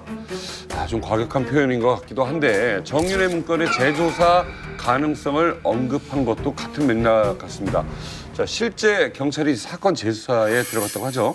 예, 4년 전이죠. 그때 문건의 유출자로 지목이 돼서 수사를 받다가 스스로 목숨을 끊었죠. 최경락 경위. 이분의 형이 그 재수사 진정서를 냈습니다. 한 달 만에 이제 서울경찰청에서 실제로 이제 조사에 착수했는데요. 두 가지 의미가 있는 거죠. 일단은 어차피 그 진상규명 해야 됩니다. 또 두 번째로는 뭐냐면 경찰의 입장에서는 지금 검경 수사권, 그래서 검찰과 아주 미묘한 신경전을 벌이는 시기에 아주 좋은 제목이죠. 이게 재료가 되는 거죠. 검찰에서는 굉장히 반발하고 있는 거죠. 자기들 수사에 아무 문제가 없었다라고 얘기를 하고 있는 상황입니다. 근데 사실 제가 보기에는 이 정윤회 문건은 굉장히 그 중요한 사건이에요. 그렇죠. 일단 정윤회라는 인물 자체가 7년 동안 박근혜 전 대통령의 비서실장을 했고요. 또 검찰의 중앙지검에 이제 출두했을 때 아무런 신분증이나 이런 거 내지 않고 그냥 프리패스를 했는데 이거는 황제 중에 황제였던 거죠. 우병우가 황제가 아니라 원조 황제가 정윤회였던 거예요. 그리고 뭐 커피도 마시고 뭐 검사 앞에서 스트레칭도 하고 다리도 꼬고 앉았고 뭐 굉장히 많은 이제 이야기가 있었죠. 반면에 억울하게 자살을 한 최경희의 경우는 극도의 공포를 느꼈고 상당히 가혹한 수사를 당한 것 같아요. 화장실도 못 가게 했고요. 밥도 굶겼고 그다음에 초여름에 입는 점퍼 하나 입고 들어가는데 아무것도 안 줘갖고 너무너무 춥다고 막 이가 덜덜덜 떨린다는 이런 전화도 받았다는 거예요. 이런 점에 있어서 저는 여기에서 우리가 밝혀야 될 것이 너무나 많고 또 그것이 진실이 밝혀진다면 그건 이제까지 우리의 상상을 초월하는 그 무엇이 분명히 드러날 거다. 저는 이렇게 생각해요. 그러니까 이제 민정수석실에서 했던 행태가 밝혀질 수밖에 없어요. 이 정도 사안이라면은 민정수석실에 근무했던 사람들을 데려다가 조사하면 금방 나올 수 있을 것 같고 이제 문제는 이게 재밌는 게 주였던 문건에 관한 사실 여부는 형사부에 배당이 됐어요. 문건 유출이 종이었던 이게 특수부에 배치된 겁니다. 그러니까 더 세밀하게 또 강하게 수사를 하도록 돼 있었던 거죠. 그런데 그런 과정에서 검찰 수뇌부가 어떤 역할을 했는지 어떤 지시를 받았는지 이것을 파헤치다 보면 상당히 검찰 내부의 문제점이 드러날 수 있고 이게 또 검찰 개혁의 어떤 시발점이 될 수가 있는 거죠. 그 문건 자체도 그쪽의 수사에 의해서 일단 허위로 나타났잖아요. 근데 나중에 이제 지나고 나니까 사실상 좀 부정확한 측면들은 있었죠. 그러니까 정윤회 자리에다 최순실을 넣으면 완벽한 문건인데 그것이 우유야무야 된 과정도 좀 봐야 될 것 같고 또 하나가 뭐냐면은 그 당시까지만 해도 실제로는 정윤회가 거기 개입하고 있었을지도 몰라요. 그 당시만 하더라도 그 이후에는 물론 이제 정윤회가 아웃돼가지고 최순실만 남았지만 그 전에는 어땠는지도 모르고 이 부분에 대한 경위도 좀 살펴봐야 되는데 어쨌든 간에 이걸 갖다가 지금 허위다라고 결론 내린 부분이 있잖아요. 그것도 좀 이상하죠. 2014년 11월 28일 날 이제 세계일보에서 보도를 해요. 정윤회 문건이 나왔어요. 나왔는데 우병우라고 하는 기술자가 들어가면서 이것은 국가기밀 유출이다. 이 기획하는 과정 속에서 김영한 민정수석은 배제됩니다. 그리고 김기춘 비서실장한테 직보가 되죠. 형사 1부하고 특수 2부에서 진행되는 사건을 그걸 덮습니다. 결과론적으로 덮었죠. 이 덮는 지휘를 중앙지검장인 김수남이 합니다. 그리고 정확하게 1년 뒤에 김수남은 검찰총장이 되죠. 우병우는 민정수석이 되죠. 그다음에 이영렬 중앙지검장이 되죠. 그다음에 또 하나 우리가 얘기하는 안택은 검찰국장이 이때 들어옵니다. 그래서 중앙지검, 검찰총장, 검찰국장, 민정수석 4인방이 딱 시스템이 맞춰지는 거예요. 그리고 이때부터는 김기춘은 우리들 눈에는 실세였지만 이 위에 누가 있었냐면 우병우가 자리 잡고 조금 더 과장돼서 얘기하면 이때 김기춘도 없었고 박근혜도 없었고 5개 사정기간에 인맥들을 다 뿌리면서 이때부터 우병우 천하가 되는 겁니다. 그래서 이거를 저는 청와대 민정수석과 문재인 대통령이 파악했다고 봐요. 그래서 이 우병우 라인을 드러내는 것은 공직사회를 완전히 개혁하는 거고 이 시발점 더 비기닝 오브 국정농단이 정윤회 사건인 거예요. 아 근데 스토리는 정말 짜임새 있네요. 기가 막히게 짜임새 있게 이렇게 만드셨어요. 이건 음모론이 아닙니다. 아니 약간 야매끼리 좀 있어. 집에 가서 생각하면 이상해. 이거는 팩트입니다. 그리고 최근에 이제 보도가 나오기 시작하는 게 군에 사람 박은 거. 군요? 예, 군 기무사 쪽에 네. 라인 뻗친 게 조금씩 기사가 나오기 시작을 하잖아요. 아니 근데 영향력이 할 수는 있죠. 그런데 이제 아니 앞에 있는 사람 보고 아니라게 좀 그러니까 진짜. 너 빠졌어 지금. 음모론의 특성이 뭐냐면은 모든 사항을 완벽하게 설명해내요. 빈틈없이. 지금 그럼 좀 이상한 거야. 정윤의 문건을 조사를 하게 되면 바로 누가 걸리냐면 김수남 당시 중앙지검장이 걸립니다. 그렇죠. 그리고 그 이후에 민정수석으로 된 다음에 임명된 사람들이 줄줄이 걸리는데 그게 안태근이에요. 이영렬이에요. 그럼 김수남이 딱 걸리면 이 양반이 걸려 들어갈 순간 우병우는 이제 빠져나올 수가 없는 거죠. 이게 이 파장이 크네요. 아니 그러니까 공직 사회의 개혁이라고 표현해요. 문재인 대통령이. 근데 이게 지금 어떤 상황이냐면 일단은 그 사건을 갖다 경찰에서 수사에 들어갔다고 하는데 경찰에서 건드릴 분이 아니에요, 이분들이. 사실 지금 경찰에서 뭘 수사하겠다는 건지 잘 모르겠고 그다음에 이제 민정수석실에서 지금 하겠다라는 건데 이건 수사가 아니라 일단은 조사죠, 진상 규명. 그렇죠. 자기들 내에서 하는 거고 해야죠. 아마 거기서 네. 굉장히 중대한 위법이 발견될 경우에는 아마 그때서 비로소 이제 검찰이나 이런 데서 수사가 들어갈 텐데 과연 거기까지 갈 수 있을지는 잘 모르겠어요. 혹시 정윤회 문건 사건 예. 관련돼서 그 파장이 엄청날 것이다. 그렇죠. 말씀하신 거고요. 조금 미미할 것 같다라는 의견 없으십니까? 이렇게 저는 근데 이게 성격상 이게 그 어떤 뚜렷한 증거가 발견되기 어려운 구조라고 보거든요. 다 입을 맞출 거고 그런 식의 그 얘기를 할 때 전화로 해가지고서 증거나 기록을 남기지는 않았을 것 같고 우리가 지난번 재판에서 봤듯이 직무유기라든지 뭐 직권남용이다라는 게 참 적용하기 애매모호한 법조항이거든요. 그렇기 때문에 사실은 더 중요한 부분들은 일단은 진상규명들 그리고 물론 진짜 위법 사항이 발견되면은 그거는 이제 뭐 수사 의뢰해가지고 처벌을 받게 해야 되겠지만 사실 거기까지는 안 간다 하더라도 이 사람들 윤리적인 책임을 물어야 되고 근데 거기 관여됐던 사람들은 일단 일괄 정리가 돼야 되는 거죠. 그러니까 뭔가 숨겼다는 거 그거 자체가 저는 상당히 파장이 클 거라고 봐요. 예를 들자면은 이 박관천 경정이 보고서를 올렸을 때 거기 분명히 최순실이 들어갔다는 얘기가 정호성의 입으로 나왔잖아요. 네. 그러면 최순실에 대해서 끝까지 모른다고 했던 우병우의 경우는 일단 위증죄가 성립이 되는 거예요. 그리고 저는 이것도 이거지만은 정윤회라는 인물의 역할에 대해서 바로 그것이 굉장히 큰 핵폭탄이 될 수도 있다고 생각해요. 박 대통령이란 사람을 만들기까지 강남팀에서의 모든 전략은 사실 정윤회가 짰다고 봐도 과언이 아니에요. 그렇다면 그 과정에서 자금 문제라든가 또 우리가 생각하는 오촌 그 살인 사건이라든가 이런 모든 거에 사실 관련이 돼 있기 때문에 일종의 우리가 약으로 치자면은 이 부작용 그 사이드 이펙트가 치료제가 되는 수도 있잖아요. 그런 점에서 정윤회 사건의 이 본질, 정윤회가 무슨 일을 했고 무슨 역할을 했는가 이게 굉장히 큰 파장을 일으킬 수 있어요. 그러니까 이 사건이 이제 기본적으로는 대통령과 검찰총장과 서울중앙지검장이 운명 공동체다라는 것을 확인하는 다시 말해서 대한민국 검찰 권력이 어떻게 움직이는 그 메커니즘이 드러나는 거예요 지금. 그렇죠. 캐면 캘수록 많은 게 나올 수밖에 없는 사건이에요. 네. 그런데 과연 이 사건이 이제 어디까지 갈 것인가는 저 잘 모르겠습니다. 만약에 정윤회 개인에 대한 수사, 이른바 십상시와 만났던 그거 플러스 그 논의했던 것까지 더 이어진다. 물론 그게 수사 가능할지 모르겠습니다. 굉장히 거기 논란이 있을 거예요. 그러나 그것까지 이어진다면 굉장한 파문이 일어날 수밖에 없는 그런 성격을 잠재적으로 가지고 있는 거예요. 문재인 대통령이 청와대 내부자가 되면서 더욱 회자되는 인물이 있습니다. 그의 반평생 친구이자 동지였던 노무현 전 대통령입니다. 오늘 노무현 전 대통령의 서거 8주기를 맞아서 두 대통령을 함께 떠올리는 분들이 참 많았습니다. 자, 누구보다 쓴소리를 많이 했던 전 작가님께서 이 감회가 새로우실 것 같아요. 아, 그렇죠. 굉장히 이 운명이라는 단어 있잖아요. 노무현 대통령이 이제 그 유서가 운명이다 이러면서 이제 남겼고, 그리고 이어서 이제 문재인의 운명이라는 책이 나왔는데, 저는 문재인의 운명이라는 책을 통해서 노무현 대통령에 대해서 새롭게 이해를 하게 됐어요. 그리고 그 책에서 얼마나 많은 그 이상주의를 꿈꿨던 사람인가, 그리고 그것이 뒷받침이 못했기 때문에 불행한 대통령으로 이제 될 수밖에 없었다. 이거를 제가 이제 이해를 했고, 노무현 대통령은 제가 그 책을 보니까 진짜 폭포 같은 사람이었던 것 같아요. 그러니까 막 쏟아지니까 그 곁에 있는 사람이 물도 뒤집어 쓰고 거기에 대한 저항도 있었고.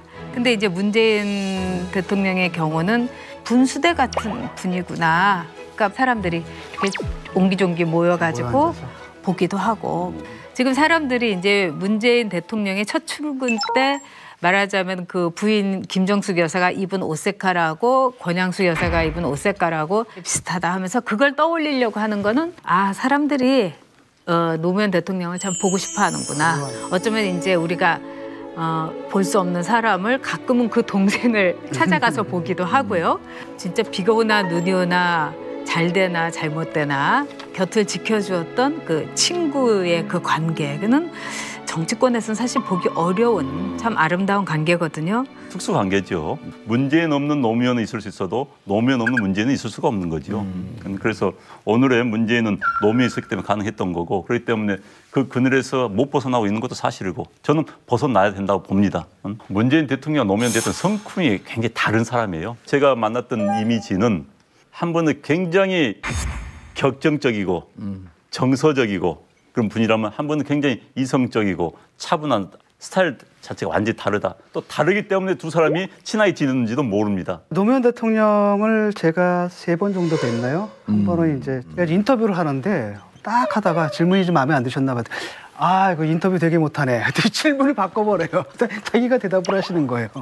그래가지고 뭐 이런 경우가 다 있나.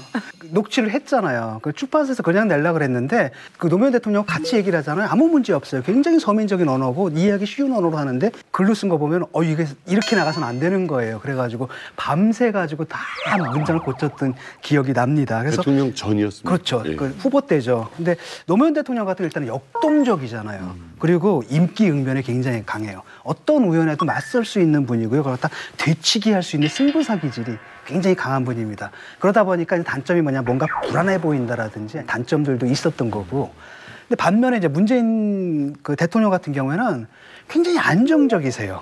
그다음에 우연보다는 다 이렇게 계획됐다고 하나 어떤 딱 차분하다는 거죠. 그래서 저희도 인터뷰 몇 번 했잖아요. 그러니까 딱 그냥 나온 말 그대로 이걸 받아 적어도 큰 문제가 없는 겁니다. 그래서 도박을 하거나 이런 게 아니라 굉장히 안전운행을 해요. 근데 그게 단점은 뭐냐면 답답한 거지. 정말 이게 뭐냐, 이거냐 저거냐 좀 확실하게 얘기를 하지. 굉장히 답답한 부분인데, 한 가지 이제 준비된 대통령의 모습 딱 보이는 건 사실인 것 같아요. 왜냐하면 제가 기대했던 것보다 엄청 잘하거든요. 왜냐하면 인수위도 없었잖아요. 그래서 굉장히 혼란스러울 거라고 생각했는데, 딱 하자마자 딱 아주 차질 없이 그냥 툭툭 나가는 모습을 보면서, 아, 그래도 어느 정도 이게 차분하게 정리가 된 분이구나라는 인상을 좀 받았습니다. 그 문재인 대통령의 이제 에피소드로 유명한 게, 그 노무현 대통령이 서거했다라고 하는 소식이 전해지면서 병원에 이제 뭐 울음바다가 되고 난리가 났는데, 유독 울지 않는 한 분이 계셨어요. 그 문재인 대통령입니다. 당시. 그리고 봉하마을에 가 있었는데, 그때 이제 한나라당 대표가 왔는데 군중들의 국민들이 너무 분노하니까 그 분향소 안으로 못 들어왔습니다. 그러니까 결국 못 들어갔고 돌아가는데, 분향소에서 있던 문재인 대통령이 거기까지 걸어가서 사과를 합니다. 분향을 못하게 돼서 뭐 송구합니다 하고, 자리가 적절치 않은 것 같습니다. 그런 표현을 해요. 장례식장에서 백원 의원이 이명박 당시 대통령이 왔을 때 여기가 어느 자리라고 오냐면서 소리를 지를 때 만류하고 사과까지 하고. 근데 이후에 집에 돌아가서 그 김정숙 여사의 표현에 따르면 너무 울어서 저러다 죽겠구나 싶었고 119에 신고를 합니다. 사람 죽는다고. 그렇게 통곡을 하면서 집에 가서 울었다는 거예요. 이런 걸 보면서, 아, 이게 무척 저는 개인적으로 무서운 분이다. 꽤 참을성이 깊지만 본인이 결단하면 무척 결단력 있겠다라고 했는데 그걸 제가 언제 봤냐면 그 훨씬 전에 2004년인가 2005년도에 그 지금 만들어진 현행 9등급 갖고 사립대학은 18등급을 하자 그러고 우리 열린우리당 교육위는 5등급이나 7등급을 하자 그러고 그래서 이제 그걸 갖고 하도 싸우니까 이해찬 총리가 조정하기 위해서 국무총리 공간으로 부릅니다. 그래서 의원으로서는 저 혼자 가고 당시에 이제 교육부 총리가 앉아 있는데 근데 맞은편에 누가 앉아 있었냐 문재인 그때 시민사회 수석인가 전문 분야도 아닌데 그 교육부 총리가 아주 세게 몸도 마음도 지쳐서 이번에 이 그 18등급제가 관철이 되지 않으면 전 사퇴를 내겠습니다. 그 대학의 등살을 견뎌낼 자신이 없습니다. 대학의 요구를. 그러니까 멀리 앉아 있는 문재인 그때도 저는 참 이렇게 우유부단한 분이라고 봤는데 그러면 그때 가서 그만두시지 말고 지금 그만두세요. 저 이해찬 총리, 교육부 총리 세 분이 다 깜짝 놀래요. 그러니까 이해찬 총리가 그때 상황 파악하고 싸우자고 모인 자리가 아니니까 그만하십시오라고 하는데 그 말을 뚫고 또 얘기해요. 사표 수리하겠습니다. 그만두세요. 전 그때 그 모습을 보고 무척 강단이 있는 사람인데 평상시에 강단을 잘 안 드러내는구나. 꽤 결단력 있는 모습을 전 봤다. 닮은 듯 다른 두 대통령의 행보가 계속 비교가 될 텐데요. 선호하는 참모 스타일 어떻게 다를까요? 일단 그 노무현 대통령 사람들 하게 되면 가장 대표적인 게 이제 좌희정 우강재. 그다음 문재인이었습니다. 그래서 이제 좌희정 우강재는 금강팀, 문재인은 부산팀. 그다음에 문재인 밑에 이호철, 뭐 김경수 뭐 등등 이제 그 이번에 그 국회의원 된 팀들. 이광재 같은 경우는요 조용조용한데 무척 공격적이고 격정적입니다. 안희정이요 열정적이죠 여기도. 그런 거에 비해서 문재인 대통령은 무척 오래 참습니다. 아마 운명은 그에게 특전사 수중 침투 폭파라고 하는 임무를 준 게 그 이후에 운명을 결정준 것 같아요. 뭐냐면 수중 침투가 공수부대 중에 제일 세잖아요. 힘들다고 그러죠. 네? 근데 물속에서 2분, 3분을 참는다는 거예요. 참고 마지막 한 방 빵 치고 돌아오는 거거든요. 인생이 계속 참는 인생의 연속이에요. 문재인 대통령 그 주위를 보면요. 그 삼철이라고 하는 사람들 중에서 이호철, 전해철 성격이 똑같아요. 조용하고 김경수 보세요. 윤건영 보세요. 그다음 이번에 들어간 조국 보세요. 전체적으로 조용한 스타일이어서 오랫동안 참고 같이 가는 이런 스타일이고 노무현 대통령 같은 경우는 참고 격정적이고 이런 것을 같이 갖춘 이런 좀 인사 선호의 차이가 좀 있지 않았었나 하는 생각이 듭니다. 문재인 대통령은 그런 의미에서는 좀 운이 더 좋은 편이죠. 그렇죠. 왜냐하면 노무현 대통령은 파격이었죠, 인사 자체가. 근데 파격이었던 게 뭐냐면 인재풀을 줘봤어요. 그렇죠. 쓸 수 있는 사람이 없었어요.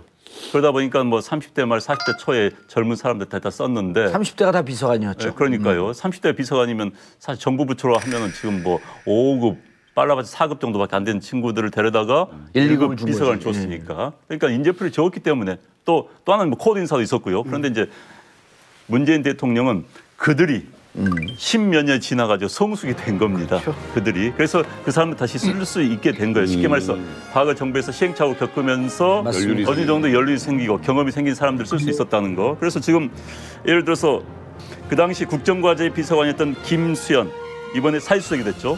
그 당시 41살짜리였어요. 비서관이었어요. 이번에 이제 50이 넘어가지고 비서가 된 겁니다. 또 그 당시에 균형인사 비서관 하던 조현옥 50살이었습니다. 그런데 이번에 인사비서관이 됐어요. 60이 넘어가지고.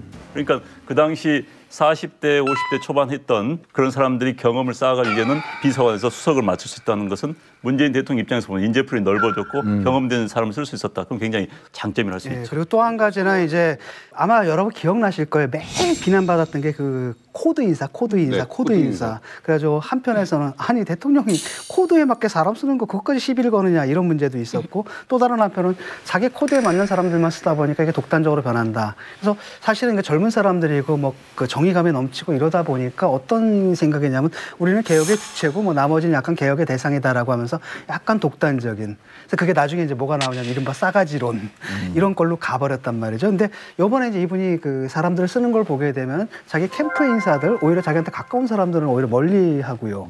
뭐 박원순계라든지 아니면 안희정계라든지 또는 전혀 자기랑 관계가 없는 능력이 되는 분들을 이렇게 딱 고르게 쓰고 있거든요. 그래서 이거는 좀 다르지 않는가. 네. 훨씬 저 풀을 넓게 쓰게 됐고요. 또 다른 한편으로는 그 참여정부의 실패에 대한 분명한 인식이 있었던 것 같아요. 반성 같은 것들이. 저는 아까 안영환 의원이 저는 잘 분석한 것 같아요. 노무현 대통령은요. 정말 벼락 대통령이 된 거거든요. 그렇죠. 준비할 시간이 별로 없었어요. 그때 시기 2002년도에 그 대통령이 되면서 이제 친노라고 하는 하나의 그룹이 생기고 어찌 보면 그때 실패했던 인사 그렇지만 그때 경험했던 비서관 등등이 10년, 15년 정도의 세월이 지나서 완숙한 프로페셔널들이 된 겁니다. 네. 2002년도에 친노가 만들어지고 이 친노가 2007년도에 대선 지고 난 다음에 우린 패족이 됐습니다라고 안희정 그 지사가 얘기를 했는데 2012년에 친노가 부활을 합니다. 근데 친노와 친문이 섞여 있죠. 2012년은. 문재인 대통령이 출마를 하는데 그때 당구가 따로 놉니다. 잘 준비되지 않은 도전이었죠.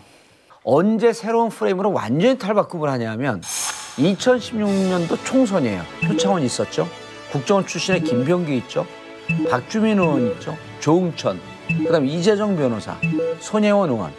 이분들이 지금 초선 의원이지만 민주당을 거의 책임질 정도의 스타 의원들이 됐고 그리고 지금 청와대 인선하는 사람들 봐도 1등으로 달리면서 초조하기도 했을 텐데 이분들은 오랫동안 피우진 이런 분들 보고 오랫동안 지켜보고 있었던 거예요. 그렇죠. 원래 피우진 그 중령 같은 경우에 원래 진보신당 쪽에서 그렇죠. 진보신당 당원 아니에요. 근데 이제 그 후로 뭐가 좀 잘 안 맞았어요. 그래서 나갔던 분인데 요번에 딱 발탁을 한 거 보고 깜짝 놀랐죠. 그런가 하면은 이 아메리카노 산책을 즐기면서 소통하는 문 대통령의 모습도 화제입니다. 사실 파격 소통의 원조는 노 전 대통령 아닙니까? 네. 그렇죠. 참여정부의 가장 큰 공로 중에 하나가 뭐냐면은 사회적인 소통을 네트워크형 수평적 소통으로 바꾼 거, 그걸 높이 평가해야 돼요. 노무현 대통령 스스로가 굉장히 이렇게 권위 같은 걸 좀 시도하시는 것 같아요. 그래서 평검사들하고 계급장 때가 맞짱 뜨고 이런 거였단 말이죠. 근데 그 노무현 정권이 우리 역사상 진보의 최고치였어요, 사실은. 그러니까 일단 거기까지 회복한 다음에 거기서 노무현 정권의 한계를 넘어서는 그런 쪽으로 좀 가야 되는 거죠. 그래서 그걸 물려받은 거죠, 당연히. 저도 같은 생각인데 노무현 대통령을 한마디로 얘기하면 격정, 열정 이렇게 표현할 수 있잖아요. 근데 이제 문재인 대통령 같은 경우는 은근함, 끈기. 이제 그걸 뭐 바꿔서 얘기하면 뭐 답답함 이렇게도 표현할 수 있는데 이건 저는 포장지라고 봐요. 한 분은 빨간 포장지고 한 분은 이 그 파스텔톤의 약간 무채색 그 포장지인데 그 내부를 관통하는 본질은 똑같다고 봐요. 그리고 어찌 보면 40년을 같이 지내면서 서로 일정 정도의 그 시너지 작용을 하고 견제도 하고 함께 가고 그러면서 소통은 이렇게 하는 것이다.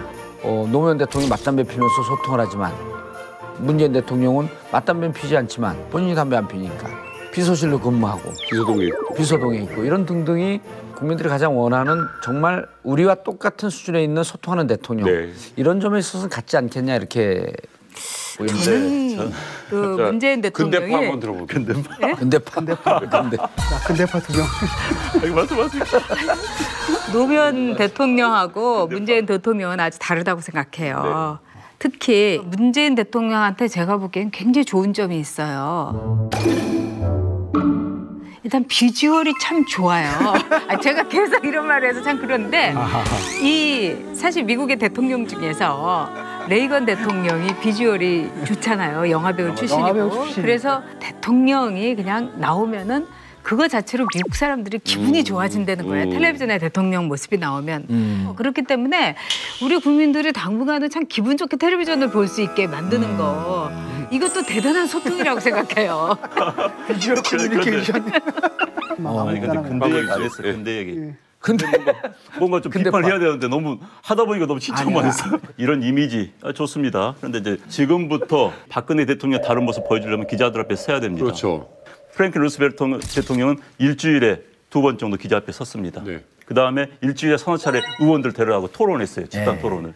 이게 진정한 소통입니다. 네. 사실 지금 나가서 국민들하고 막 악수하고 사진 찍는 거 좋습니다. 뭐 이것도 필요합니다. 그러나 진짜는 국가를 위해서 국정 운영 능력을 위해서는 여야 의원을 데려다가 밤늦게 소주 한잔 하면서 토론하고 기자들마다 토론하고 이게 진짜 소통이에요. 사실은 나는 근데 대통령은 지금 뭐 하시는 걸 보니까 별로 걱정은 안 되거든요. 그다음에 전 정권이 기대치를 너무나 낮춰놨어. 그래서 너무나 당연한 거라도 막 갑자기 칭찬을 받고 이러니까 누가 해도 다 잘할 뻔했어. 벼랑 안에.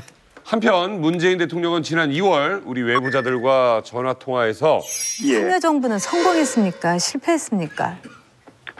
적어도 0.8과2 그 정도는 되지 않을까 그렇게 생각합니다. 자, 그렇다면 참여정부 업적 중 문재인 대통령이 꼭 계승해야 할 점과 반대로 넘어서야 할 점을 하나씩 말씀해 주신다면? 저는 계승해야 될 점이 노무현 대통령이 한미 FTA라든가 또는 제주 해군 기지 그리고 이제 이라크 파병 등 자신의 지지자들에게 등을 돌리면서 국익을 쫓았어요. 이거를 좀 계승해 줬으면 좋겠고요. 그다음에 버렸으면 하는 점은 어떤 일을 어떤 공약을 추진하는 것도 중요하지만은 어떤 공약은 하지 않는 게 더 중요할 때도 있어요. 그러니까는 과감하게 국익에 어긋난다 이러면은 공약의 폐기도 했으면 좋겠어요. 진중권 교수님. 노회찬 의원이 그때 아주 시니컬하게 얘기를 했는데 뭐냐면 노무현 대통령이 가장 큰 업적은 당선된 데 있다. 전 세계에서 인터넷으로 대통령 된 최초의 분이에요. 그게 의미하는 바는 뭐냐면 우리 한국 사회가 산업사회에서 이제 정보화사로 넘어가는데 아주 결정적인 사회의 패러다임을 바꾸는 데 결정적인 역할을 했고 그 패러다임에 맞는 수평적인 소통, 네트워크적인 소통을 도입한 게 큰 업적이라고 봅니다. 실패를 한 게 좀 있었죠. 결정적인 실패는 뭐냐면 민생을 외면했다라는 겁니다. 당시 그 정권에서 정리해고 그다음에 뭡니까 고용 유연화, 비정규직 증가, 그다음에 이른바 청년 실업 증가 이런 문제가 있었는데 이분들이 했던 게 뭐냐 4대 개혁 입법을 했어요. 그러니까 이게 지금 먹고 사는 문제는 지금 힘들어지고 있는데 갑자기 이렇게 하니까 국민들이 지금 너희들 뭐 하는 거냐. 그때 이제 MB가 들고 나온 겁니다. 바보야, 문제는 경제야. 그래가지고 747 성장하겠다고 하니까 거기에 그냥 혹해갈 사람들이 다 글로 넘어간 거잖아요. 이게 이제 문제라고 보고. 근데 지금 이제 분위기는 상당히 좋습니다. 왜냐? 대화와 협치를 하려고 하는 노력들을 좀 보이게 있고. 그래서 민생을 강조해서 처음에 이제 바로 인천공항공사가 아주 비정규직 정부화한다라든지 아니면 현황까지 챙기겠다라고 얘기를 하는 부분들은 단추 좀 잘 꼈고, 저는 이 정권이 노무현 대통령 전 정권의 한계를 극복하고 성공할 수 있는 확률이 굉장히 분위기가 상당히 좋다고 합니다. 문재인 대통령 자신의 책에서도 밝혔듯이 노무현을 뛰어넘는 것이 노무현 정신을 제대로 계승하는 거다. 이제 이런 얘기를 했어요. 그래서 저는 노무현 대통령께서 못한 것 중에 대표적인 게 반대파의 손을 잡으려고 하는 노력을 좀 많이 못했다. 그래서 저는 5년 임기를 마치고 퇴임하기 전날도 자신의 반대파를 청와대에 불러서 대화를 하려고 하는 노력. 끝없이 귀를 열고 있다는 거거든요. 그리고 오만하지 않다는 거거든요. 여러 가지 함의가 있을 거라고 생각해서 잘못 길을 갈 때마다 등불이 돼줘서 감사했다. 라고 하면서 좀 그분의 박수를 좀 맞는 퇴임을 했으면 좋겠다. 근데 오바마 대통령 같은 경우에는 오바마 케어 통과시킬 때 반대당 의원들 부르잖아요. 그래서 같이 밥 먹고 설득시키잖아요. 그러니까 퇴임 날만 할 게 아니라. 그러니까 그 5년 내내 끊임없이 하는데 마지막 날까지도 그랬으면 좋겠다. 언론하고도 좀. 그리고 우리 외부자들하고 지킨 공약. 그럼요. 자, 근대파 우리 안영원 원장님. 근대파. 별로 계승할 거 기억나지 않습니다. 쎄 오늘. 굳이 이제 이야기한다면은. 자, 근대파 우리 안영원 원장님. 근대파. 별로 계승할 거 기억나지 않습니다. 쎄 오늘. 굳이 이제 이야기한다면은 노무현 대통령이 대연 정치안했던 거, 그건 진정성이 있었다고 봐요. 뭐 그런 권력을 독점하지 않겠다는 정신, 그것은 뭐 계승할 만하다고 보고요. 진영 논리에서 벗어나야 돼요. 나는 선, 너는 악. 나는 도덕적으로 우월하고 넌 도덕적으로 열등하다. 난 정의롭고 난 정의롭지 못하다. 우리가 서로 다른 것이 틀리지 않다. 이걸 좀 해야 된다고 생각해요. 대화를 해보자. 거기서부터 그런 마음가짐에서 소통이 시작되는 겁니다. 그런 자세 소통해 주시길 바랍니다. 네. 오늘 안영원 원장님. 오늘 총 정리를 했네. 요약. 오늘 노래도 하시고. 이 모든 논의. 결론. 노래. 혹시 요즘 SNS에서 유행하는 우리인이 하고 싶은 거 다 해.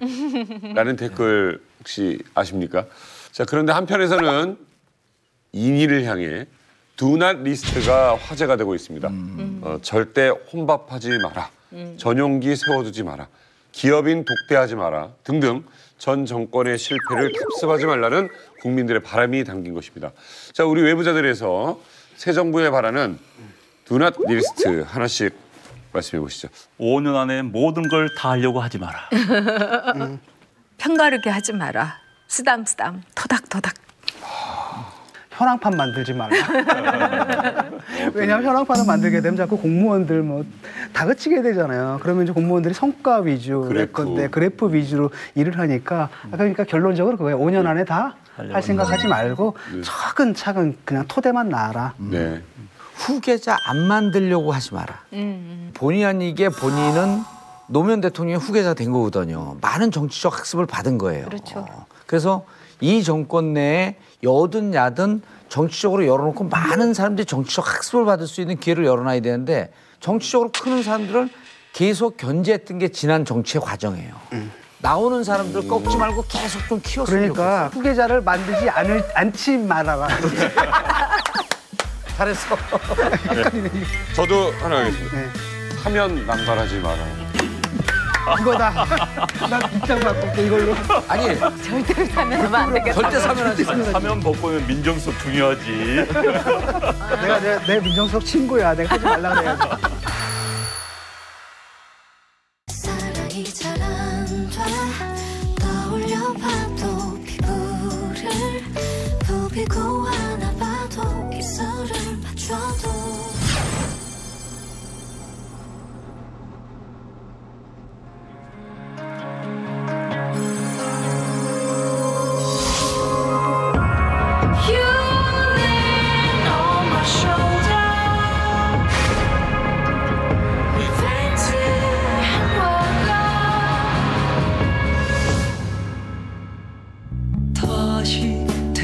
한 잔 가져가시죠.